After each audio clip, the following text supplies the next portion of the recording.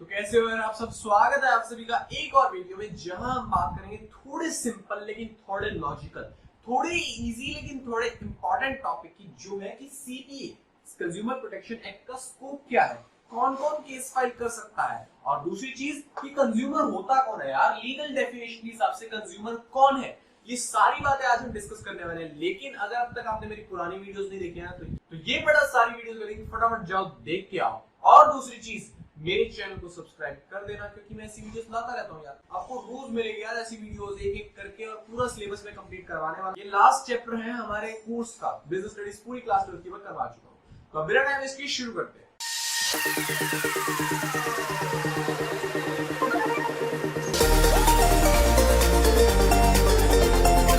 सबसे पहले हम बात करेंगे कोपरा का स्कोप क्या है। इसका स्कोप बेसिकली है कि कंज्यूमर के इंटरेस्ट को प्रोटेक्ट करना और उसको बचाना exploitative, unscrupulous and unfair trade practices से जो प्रोड्यूसर्स, मैन्युफैक्चरर्स और सेलर्स करते हैं।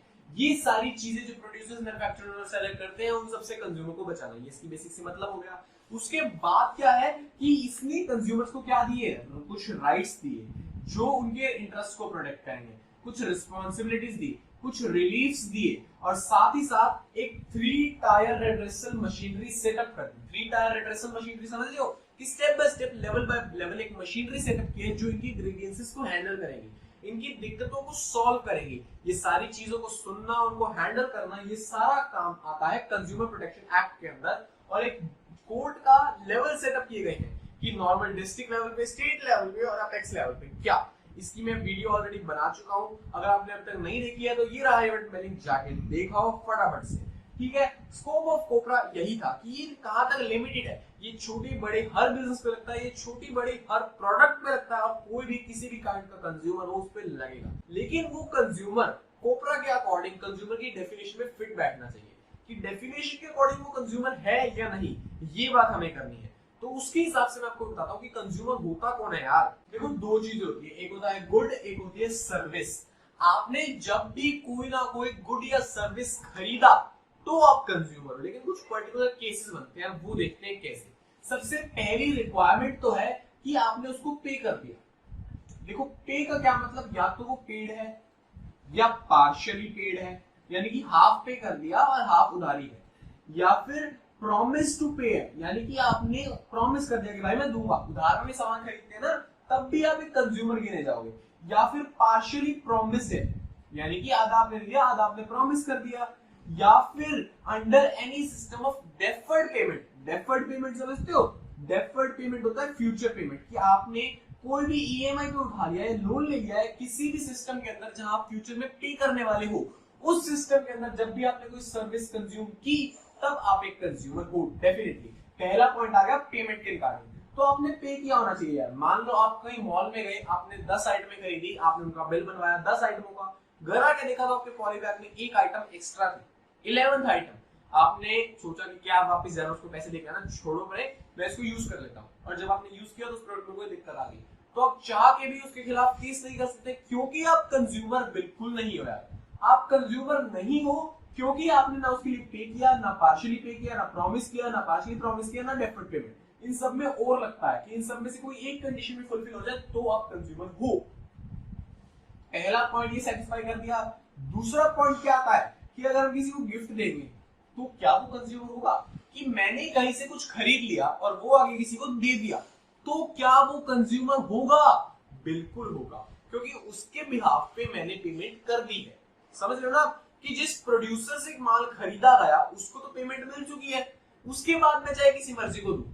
तो मतलब गिफ्ट वर्ड ना यूज करके from the permission of honour. मान लो मैंने अगर वो चीज खरीदी है तो मैं उसका ऑनर हो गया, और मैंने आगे गिफ्ट दे दिया किसी को भी, मान लो मेरे भाई को गिफ्ट दे दिया, तो वो जो बंदा है जो उस प्रोडक्ट को यूज कर रहा है वो ऑनर, यानी कि मेरी परमिशन से यूज कर रहा है। तो जब भी ऑनर की परमिशन से यूज हो रहा है, कोई भी बंदा कर रहा हो, तो वो कंज्यूमर होता है। मैं खुद भी यूज करूं तो मेरी परमिशन से करूं तो मैं कंज्यूमर, वो यूज कर रहा है मेरी परमिशन से तो वो कंज्यूमर। लेकिन अगर कोई बंदा मेरा प्रोडक्ट चोरी करके लेगा, उसको कोई दिक्कत आई, तो वो कंपनी के खिलाफ केस नहीं कर सकता भाई, बिल्कुल भी नहीं कर सकता वो कंपनी के खिलाफ केस। क्यों? क्योंकि वो चोरी करके गया है, उसने मेरी परमिशन से यूज नहीं किया, उसका मालिक मैं हूं, मैं ही केस कर सकता हूं, क्योंकि मेरे पास बिल है और मैं ही उसका मालिक हूं, तो जब मैं किसी को मेरी परमिशन के साथ यूज करने दूंगा तभी वो एलिजिबल होगा कंज्यूमर कहलाने के। तो कोपरा के अकॉर्डिंग किसी भी सर्विस को पे कर दो या पार्शली पे कर दो या प्रॉमिस कर दो या पार्शली प्रॉमिस कर दो या कोई भी डेफर्ड पेमेंट हो, पहली कंडीशन इनमें से कुछ एक होना चाहिए। कोई भी एक है तो यहाँ लगा दो टिक। उसके बाद जब वो ऑनर की परमिशन से यूज हो तो यहाँ लगा दो टिक। जब ये दोनों टिक लग गए ना तब क्या सीन है, वो कंज्यूमर है। सेम सीन आ जाएगा गुड्स के मामले में। गुड खरीदा आपने, वो पार्शियली पेड है या फिर प्रॉमिस है या फिर पार्शियली प्रॉमिस है या डेफर्ड पेमेंट है, कुछ भी है, एक टिक। उसके बाद जब वो ऑनर की परमिशन से कोई और यूज कर रहा है, दूसरा टिक। जब दोनों टिक है तो हाँ वो कंज्यूमर है। एक तीसरा पर्सपेक्टिव हो रहा है, जब तीनों टिक हो गए ना तब वो कंज्यूमर कहलाएगा।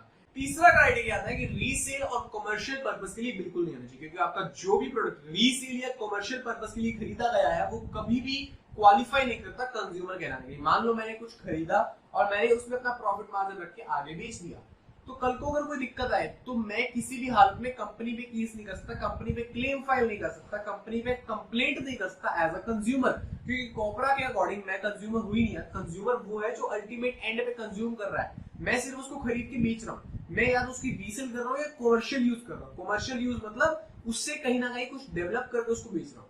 देखो प्रोड्यूसर जो यूज करता है ना उसमें सिर्फ दो चीजें आती है, एक कैपिटल गुड और एक रॉ मटेरियल। रॉ मटेरियल वो सब चीजें जिनको यूज करके आप प्रोडक्ट बनाओगे और बेचोगे।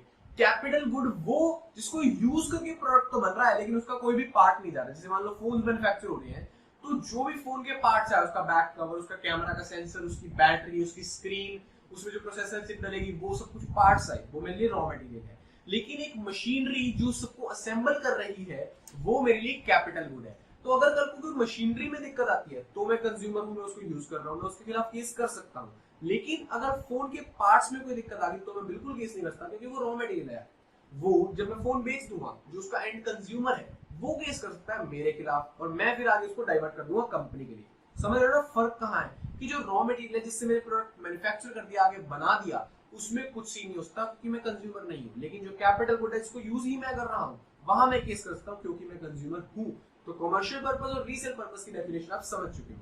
तो भाई ये चीज, जब भी आप कोई प्रोडक्ट आगे सर्विस देने के लिए यूज कर रहे हो, डायरेक्ट सर्विस इन्वॉल्वमेंट है, तब आप कंज्यूमर हो। लेकिन अगर ऐसा नहीं हो रहा तो आप कंज्यूमर नहीं हो।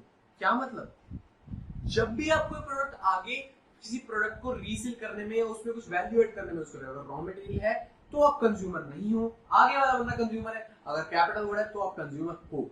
अगर मैं आपको एक एग्जांपल दूं कि एक बार्बर के पास हेयर ड्रायर है, उसने उस हेयर ड्रायर से किसी पर्सन को सर्विस दी और उस पर्सन को लग गया करंट। जो बार्बर का कस्टमर था, बार्बर ने पीछे कहीं से हेयर ड्रायर खरीदा था, सीन समझ रहे हो ना, उस हेयर ड्रायर में डिफेक्ट था। अब बताओ कि क्या वो नाई पीछे केस कर सकता है? जी हाँ, वो बिल्कुल केस कर सकता है। क्यों? क्योंकि वो उस टाइम पे कंज्यूमर है।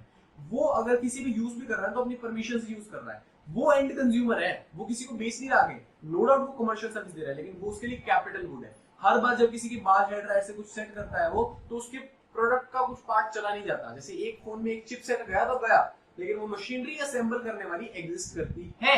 समझ रहे ना फर्क को कि क्या कैपिटल गुड होता है, क्या रॉ मटेरियल होता है। ये इकोनॉमिक्स में काफी क्लियरली आपको डिफाइंड होगा अच्छे एग्जांपल्स के साथ। ठीक है, तो बात इतनी सीधी है हमारे पास कि कैपिटल गुड और रॉ मटेरियल। कैपिटल गुड के खिलाफ केस कर सकते हो क्योंकि आप कंज्यूमर हो, और रॉ मटेरियल के खिलाफ नहीं कर सकते। तो तीन क्राइटेरिया क्या हुए, पेमेंट, दूसरा परमिशन ऑफ द ऑनर और तीसरा कमर्शियल यूज। जब ये तीनों सेटिस्फाई हो जाए तब आप कंज्यूमर हो, यानी कि आप केस कर सकते हो। और जब तीनों में से एक भी सेटिस्फाई नहीं हो रहा तो आप कंज्यूमर नहीं हो। हु इज अ कंज्यूमर बड़ा इंपॉर्टेंट टॉपिक है, इसको पढ़ के जाना, इसको डिस्क्राइब करना सीखो। आपकी बुक में अच्छे से दिया हुआ है।